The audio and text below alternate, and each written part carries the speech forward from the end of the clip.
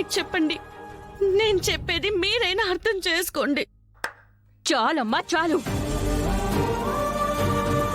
ఇక నువ్వేం చెప్పొద్దు.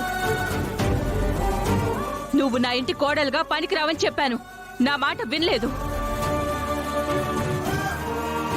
వీడికిష్టం లేదని నీ ముఖం మీదే ఎన్నోసార్లు చెప్పాను, అయినా పట్టించుకోలేదు. ఇంకేం మాట్లాడాలి?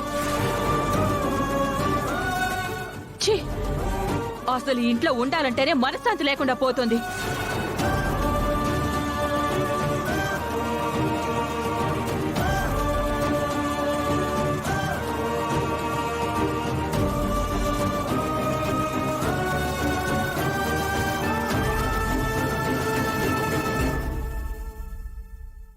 అమ్మా పల్లవి, ఎవరేమనుకున్నా సరే ఈ పెళ్లి జరుగుతుంది.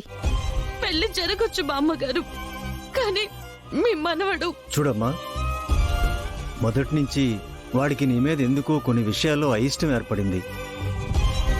అదే పట్టుకుని ఇంకా వేలాడుతున్నాడు. దానికి తోడు వాళ్ళమ్మ ఎక్కించడంతో వాడలా తయారయ్యాడు.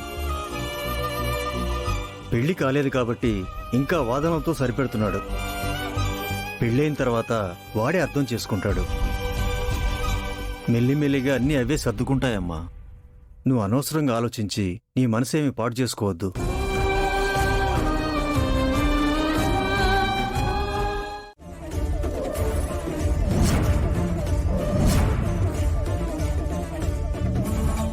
ఆంటీ, బావగారు మాట్లాడిన దాంట్లో తప్పేముంది?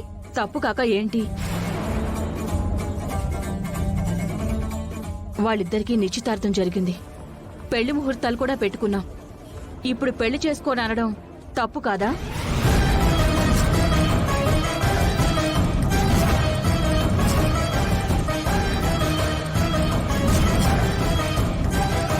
మమ్మీ, అవును నాన్న. అంటే నాకు తనతో పెళ్లి చేస్తావా? చేయడానికే కదా నిశ్చితార్థం చేసుకుంది, ముహూర్తాలు పెట్టుకుంది.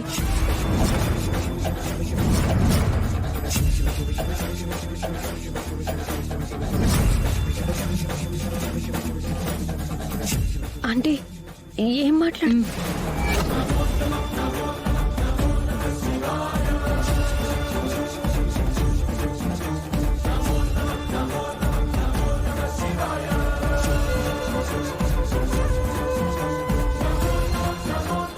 చూడు పల్లవి, మీ అమ్మ వాళ్ళందర్నీ తీసుకొచ్చి గొడవ చేసినప్పుడు నాకు బాధేసింది.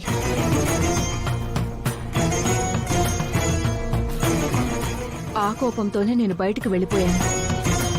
కానీ బయటికి వెళ్ళిన తర్వాత ఆలోచించాను.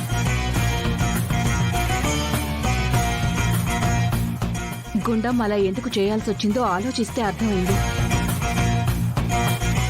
తను చేసింది కరెక్టే కదా. కూతురులాగా చూసుకుంటున్న నీ జీవితం ఎక్కడ నాశనం అవుతుందన్న భయం ఏ తల్లికైనా ఉంటుంది కదా. సో ఆవిడలా చేయడం కరెక్టే.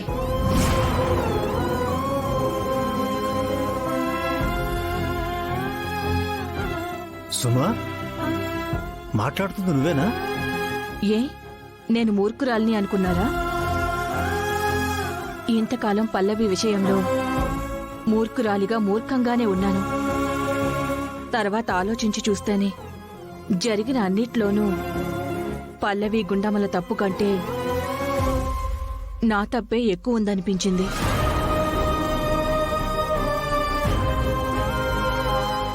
Marriages are made in heaven అంటారు. మనం కాదనుకున్నా రాసి పెట్టుంటే జరిగి తీరుతుంది అంటారు. సో వీళ్ళిద్దరికీ పెళ్లి జరగాలని చెప్పి ఆ భగవంతుడే నిర్ణయం చేసినట్టున్నాడు. అందుకే ఇంతవరకు వచ్చింది.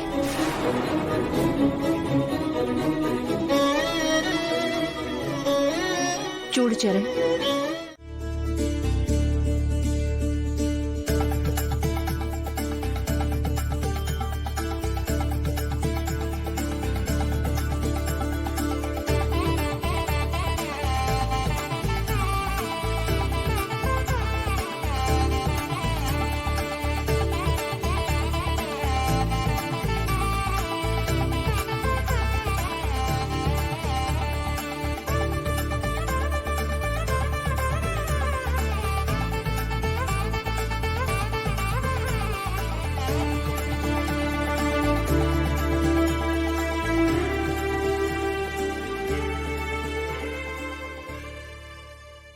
చెప్పండి, ఎందుకు వెంటనే రమ్మని చెప్పారు?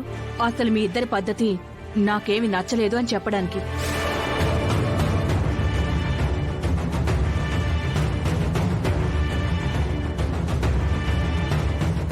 మేమేం చేశామండి? అవునండి, 4 రోజుల్లో పెళ్లి. మీ అమ్మాయికి ఎక్కడ అన్యాయం జరిగిపోతుందో అని ఒక పక్క పోలీసులు తీసుకొచ్చారు, ఇంకో పక్క వాళ్ళందర్నీ తీసుకొచ్చారు. ఇంత హడావిడి చేసి తీరా ఓకే అనుకుని పెళ్ళనుకున్న తర్వాత అసలేం పట్టించుకోకుండా ఉంటే ఎలా? ఇదేం పద్ధతండి? మీరసలు దేని గురించి మాట్లాడుతున్నారో మాకు అర్థం కావట్లేదు. ఏంటో దిన గారు, పెళ్ళనుకుంటే అయిపోయిందా? శుభలేఖలు సెలెక్ట్ చేశామా? మంగళసూత్రం సెలెక్ట్ చేశామా? పోనీ వీళ్ళిద్దరికి షాపింగ్ అన్నా చేశామా? అసలేం చేశామని?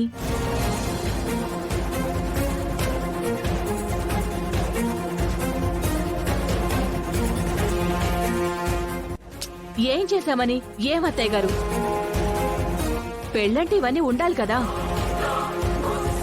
మాట్లాడరేంటి అత్తయ్యా? నువ్వేం మాట్లాడుతున్నావో అర్థం కాక నేనేం మాట్లాడాలో తెలియక. పెళ్ళంటే అన్ని ఏర్పాట్లు కూడా చూసుకోవాలి కదా అత్తయ్యా. అవునవును, చూసుకోవాలి కదా. అదే చెప్తున్నాను, అందుకే మిమ్మల్ని పిలిపించాను. మమ్మీ, శుభలేఖలేంటి, మంగళసూత్రం ఏంటి? ఏం మాట్లాడుతున్నావురా? పెళ్లికి శుభలేఖలు వేయమా? పల్లవి మెళ్ళో తాళి కట్టవా? భలే ఉన్నావురా, ఏం తెలియనట్టు.